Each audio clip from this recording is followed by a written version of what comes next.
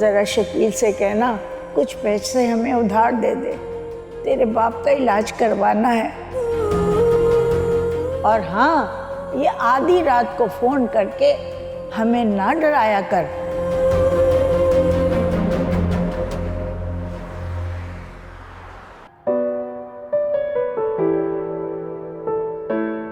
आज तो मेरा इंतजार भी नहीं किया, पहले ही आ गए।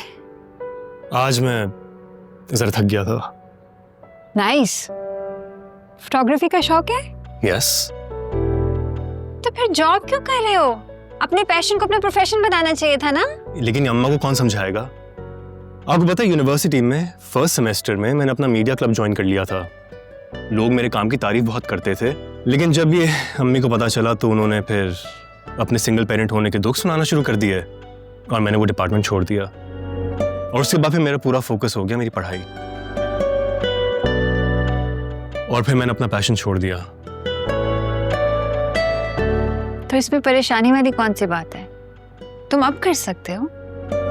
मैं मानती हूँ जॉब कर रहे हो, लेकिन वीकेंड्स पे कर सकते हो, इवेंट्स कर सकते हो। और अब तो सोशल मीडिया का टाइम है, अपनी प्रोफाइल बनाओ, अपनी पिक्चर्स वहां अपलोड करो, कर सकते हो आसानी से। वैसे दिखाओ अपनी फोटोग्राफी, हम भी देखें। Do you want to see? ये लो। कैसी है? Wow, how nice.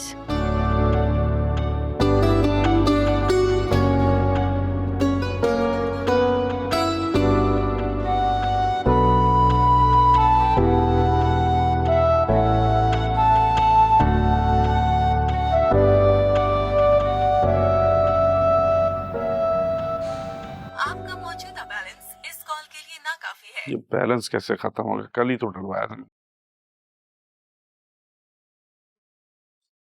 क्या? मुझे आपसे कहना था कि अम्मी से बात करवा देते आप, तो मेहरबानी हो जाती। करवा दूंगा तेरी बात। और कुछ पैसे भी अम्मी को भिजवा दें। अब्बू की तबीयत ठीक नहीं है, कुछ दवाइयाँ आ जाएंगी। जब होंगे ना पैसे तो भिजवा दूंगा। कपड़े की दुकान है मेरी, क्या ही कमाई होती होगी आजकल उसमें।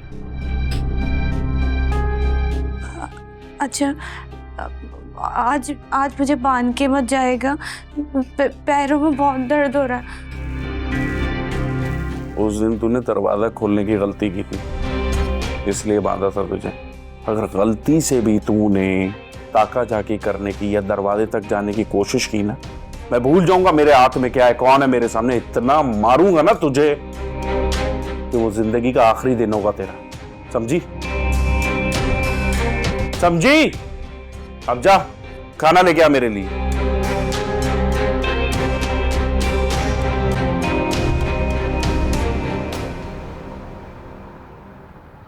ममानी जान, मुझे आपसे बात करनी थी।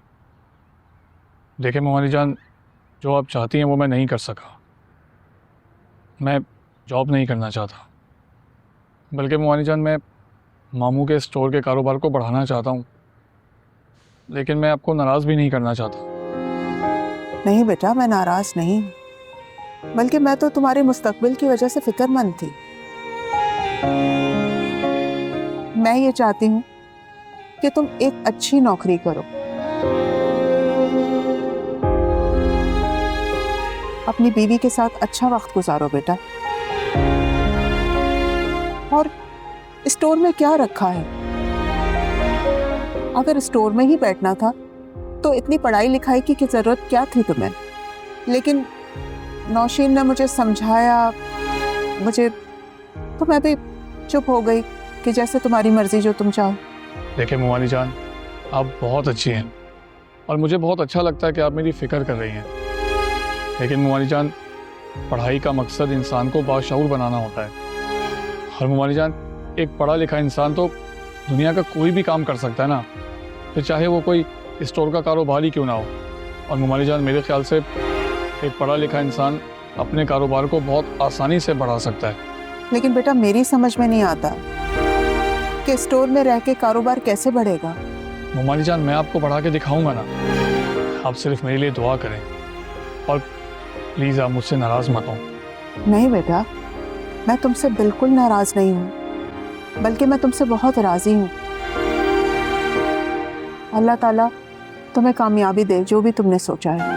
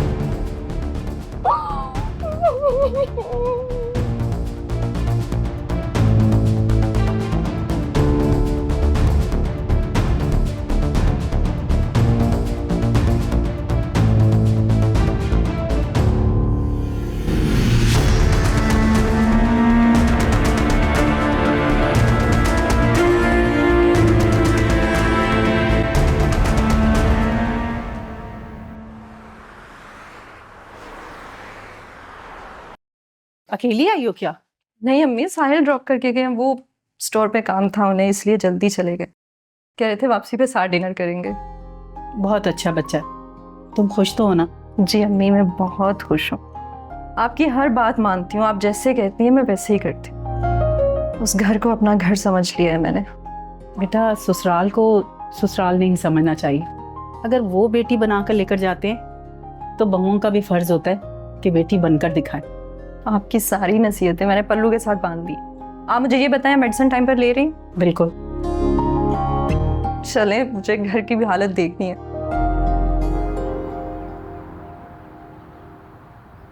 बहुत अच्छा किया फजीला, क्या आ गई तुम? बस आज मेरी छुट्टी थी तो मैंने कहा आपकी तरफ चक्कर लगाऊं। पता है, मैं उस दिन दावत में भी आना चाह रही थी और मैंने तैयारी भी कर ली, फिर घर से निकलने का जी ही नहीं चाहा। मैंने कहा अब क्या इस वक्त घर से बाहर जाऊं, और फासला भी काफी था। हादिया होती थी तो घर से बाहर निकलने का बहाना मिल जाता था मुझे भी। सही कह रहे हो, मुझे भी हादिया की और बतूल की बहुत याद आती है, लेकिन क्या करें, उनके मुस्तकबिल के लिए सहना ही पड़ता है। बतूल मुझसे वीडियो कॉल पे बातें करती रहती है, लेकिन हादिया वो तो बिजी होती है, बात हो जाती है मेरी उससे। दोनों मेरी आंखों से दूर हैं, लेकिन हाँ, एक तसल्ली है मुझे कि दोनों खुश हैं। बेटियां और बहुएं अपने घरों में ही खुश और आबाद अच्छी लगती हैं, और आपकी बहू नौशीन भी बहुत अच्छी है। बहुत अच्छा लगता है मुझे, बहुत खुशी होती है कि जिस तरह की तकलीफ और मसाइल हमारे ज़माने में हमने या बाकी बहुओं ने सहे, आजकल के ज़माने में हमारी बहुओं को वो नहीं सहने पा रहे। सोच की यही तब्दीली तो माशरे की तब्दीली है। बिल्कुल 100% सही कहा तुमने। नौशीन भी मेरी बेटियों की तरह है, और वो बेटी होने का हक अदा भी कर रही है।